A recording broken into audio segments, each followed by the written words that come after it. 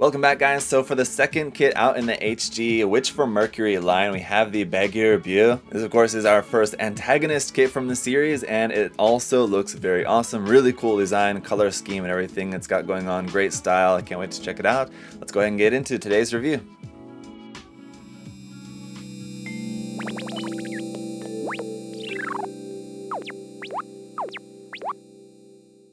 So alright guys, we'll start off by taking a look at the box and its contents. Once again, just a beautiful box art for the design on this. It really is nice and so refreshing to see Bandai trying something a little bit more different, a little bit more unique with the design for the box art for this new series of HG kits. And again, the painted illustration here on the front just looks fantastic with the effects and everything going on, and the weapons there, the painting on that looks really nice. On the side of the box here, you can see this is number 02 in the line with the Witch of Mercury Prologue logo on the box here. On the bottom of the box, some images of the kit and some different action poses and things like this, showing off the articulation and details of the kit, some of the different gimmicks of the kit there you can see, with the non-kinetic pods there being in use with those wires off the backpack. This kit has a really awesome look to it. There's a photo of how the kit is going to look in its unpainted state, so you can see exactly how it's going to look straight out of the box.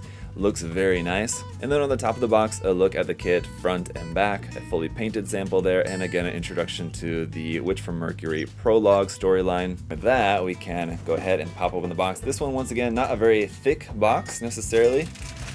So the kit does have a fair amount of stuff in here, including a stand that you're going to need to use for the effects out the backpack. For the manual here, once again, we have the same illustration from the front of the box, just set against that nice clean white background. Looks really cool. Here on the back side, you have illustration of the design and the color guide down the side there, basically just a few colors. And information about the backpack there, the bayonet, the non-kinetic pods there, which is kind of part of the backpack, and the foot unit, so it's got like a clawed feet there. Looks very cool. Reminds me a bit of the G-Else, if you guys remember that classic. Once again, our parts list is here in color, so that's nice to see, very clear, and the construction starts off in color. As you move to the inside pages, though, all the construction is just going to be mostly in grayscale, but all the important points of construction are highlighted there in blue for you, so they make it pretty foolproof for you. That's nice. So once again, no polycaps with this kit, but we do have some foil stickers, just regular foil stickers in this case, not like with the Gundam kit where you had the foil stickers with reverse side printing. These ones I believe are just your standard foil stickers for making up some missing colors, and there are a few of those, mostly in this kind of metallic purple there, and then just kind of a standard purplish color. We've got runner CE1 for our clear like base stand effect parts. You've got 40 centimeters of black wire to use with the backpack, and it is pretty flimsy, pretty weak. I kind of wish they would have gone with a little bit thicker gauge for this, but it should hold a pose relatively well. You definitely will have to use the included stand to actually hold up the backpack bits though. Runner A here is not in 4 colors, but just a single color in white for some of your white armor pieces. Runner B here in a really nice purplish color is going to be all of our kind of joint pieces, some weapons pieces and things like that on there as well. Runner C then is back to white for some of the larger white pieces here for the kit. Runner D is in a very nice lighter lavender color for your main secondary accent color. Runner E is in a clear light lavender color for the clear effect parts on the mobile suit, and it does look very nice. And then runner F in a kind of minty seafoam green kind of color is your parts for the bayonet blades, and that's it. Alright guys, here is the kit all built up, and it definitely looks really cool. You may or may not like the color scheme on it. Personally, I like it. The white and the light lavender color make for a pretty nice color scheme on this one. The design is very unique, and again, you may either love it or hate it, but for me, I definitely really like it. It's a really cool, unique design, and it's got a lot of stuff going on that I don't know if I necessarily would have in theory liked, but I think it all comes together pretty nicely. Taking a close-up look, and we'll talk briefly about the stickers. So just like with the Lifrith, the stickers that we have here for the head, basically the eye parts there on the side, and this sort of what I guess is sort of like a camera on the top here. Now, although I did go ahead and put the stickers on there, that is an actual clear piece under there. I just thought the stickers would be just kind of nice to show you guys how those look. But if you don't want to use those, it is a separate clear piece. So like I said, with the Lifrith, with its eyes and head camera being a separate piece, we have the same thing going on with this one as well. Most of the other stickers here are just going to be under under the clear parts. So here on the shoulder, here on the backpack, and here on the front of the thigh, you have stickers that go underneath those clear parts just to kind of help catch the light better, and they make for a pretty cool look there. Other than that, the only real true color correcting sticker is going to be here around on the backpack. In that part, just kind of in the center of the backpack there. Doesn't really look all that great, but it's on the back, so it's not really going to be all that noticeable, and it would be a relatively easy part to just go ahead and hand paint that in, I think, probably, if you didn't want to go for masking that. As for the articulation of this, the head is going to go up nice and far, all the way up to there, and then down to there. I want to point out that underneath this clear part here in the chest is a very tiny little 1/44 scale little pilot chair, which is a pretty cool little detail, very similar to the Turn A Gundam. In the torso section, you have a pretty nice bend there, forward and back, not really all that much, but forward definitely. Side to side, you got a pretty good bend there as well, and the rotation is actually going to be up pretty high. Your waist rotation is actually going to be kind of at the bottom of the chest, essentially. That all works pretty well. While we're here, this tiny little bit of front skirt here on the front, that does move up and down a little bit there as well.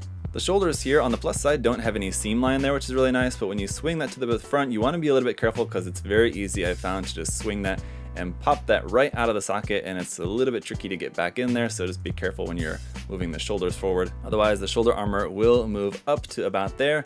You can bring the arms up to about here, not quite as much as we saw like with the Lifrith, which was a quite high upward movement there of the arm, but you get a little bit more than 90 degrees there. The arm is going to rotate at the top as normal, and your elbow joint, you'll notice once again, is just a single joint here for the elbow, not really containing any actual like frame here at the elbow joint. It's just basically this forearm piece that rotates within kind of the brackets of your upper arm piece there. It's kind of interesting design. But once again, if it was a nice double joint, you would have had a little bit better range of movement, but it's a pretty full bend as far as the single jointed elbows go. The holding hands that we have here are just on little ball joints. That's easy enough. Going around to the backpack, this upper part here is fixed in place with these kind of big bug eyes there on the top of it, but the lower parts will move a little bit. You can rotate those up and down like so, and then also expand them out like that. We do have a couple other stickers in here. Almost forgot because they're hiding up inside the backpack, but those dark blue parts right there, that's actually a sticker covering a white part of the backpack. This extra little fin here that will stick out to the side, that is an actual blue piece, but that just folds down inside there. This part here that holds the non-kinetic pods can be rotated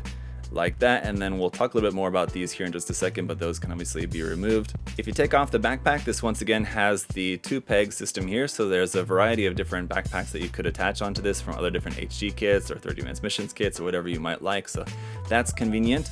The back skirt here does not move, that's just fixed in place. The legs will go all the way out to the side and up, so you have nothing really inhibiting the sideways movement there of the legs. Forward and back is going to be the same, so nothing really getting in the way of the hips at all for this one. You've got some rotation here at the top of the thigh.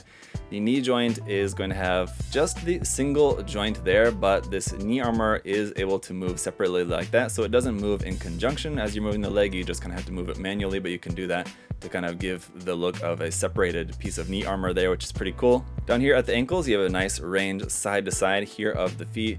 Forward a little bit, back a little bit like that. This toe will move, and these back claws will also move a little bit like that, so that you can have some claw grabbing action there with the feet. For the weapons, we have our 2 bayonets, which just are handheld and just basically kind of attach onto the side of the forearm here as well. With these physical blades attached, you can remove that if you want, but there's not really too much else that's going to look like without this blade attached on there. And it's meant to be a physical blade, actually a part of this whole system, so you kind of just have to leave it all together like so. And for the non-kinetic pods on the backpack, we have this little stand which you can use for those. Unfortunately, just one stand, even though you have 2 pods. It would have been nice to have 2 of these maybe included, you would think. And you have your wire for the pods, which is just a single long wire you have to cut in half, or you could cut it into like one longer wire and one shorter wire, however you might want to separate the one long wire as it comes. And then you basically just have a couple of little connection pieces which you'll use for the kinetic pods. Now let's see how they're actually going to look in use.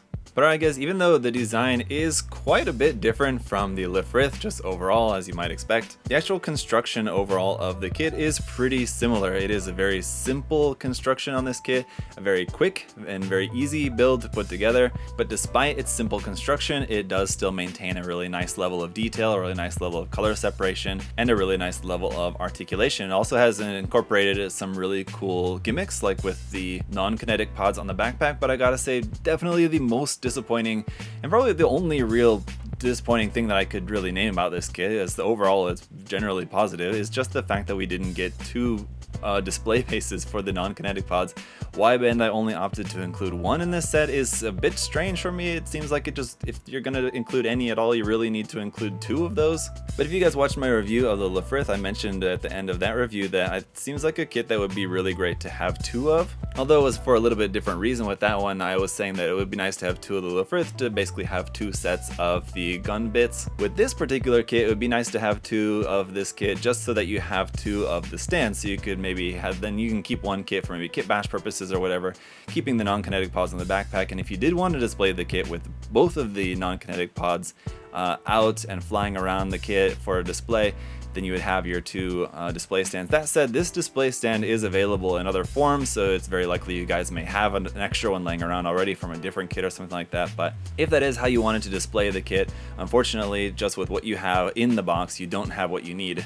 But other than that, it is a really nice kit, I do have to say. It's a really cool design, and I'm really looking forward to building some more of the kits in the HG Witch of Mercury line. Now that I've built the first two, I gotta say I do really have high hopes for the rest of the line. I think it's gonna be a really fun line overall, and there's some very cool designs on the way. What do you guys think about this kit? What do you think about some of the future designs coming out? Which kits are you most looking forward to in the line? Let me know down in the comment section below. If you guys want to check out this kit or any other kits from Bandai, you can check the link to USA Gundam Store down in the video description below as always, so check that out. And as always guys, just want to say thank you for watching the video here today. If you'd also like to like or subscribe, that would also be greatly appreciated. But other than that, hope y'all are having a great day, and I'll see y'all next time. Bye guys.